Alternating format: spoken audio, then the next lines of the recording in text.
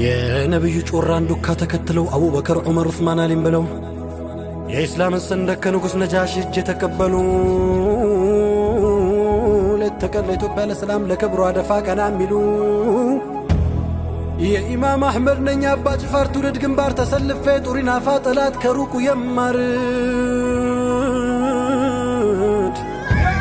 ካለሁበት ሆኜ ጠላት ይሸበራል ለሰነፍ ግብረ አበር ማን ዱር ገደል ያድራል። ተው ዝናዬን ሰምተህ ተከተል ተው ሲነኩኝ አልወድም ተው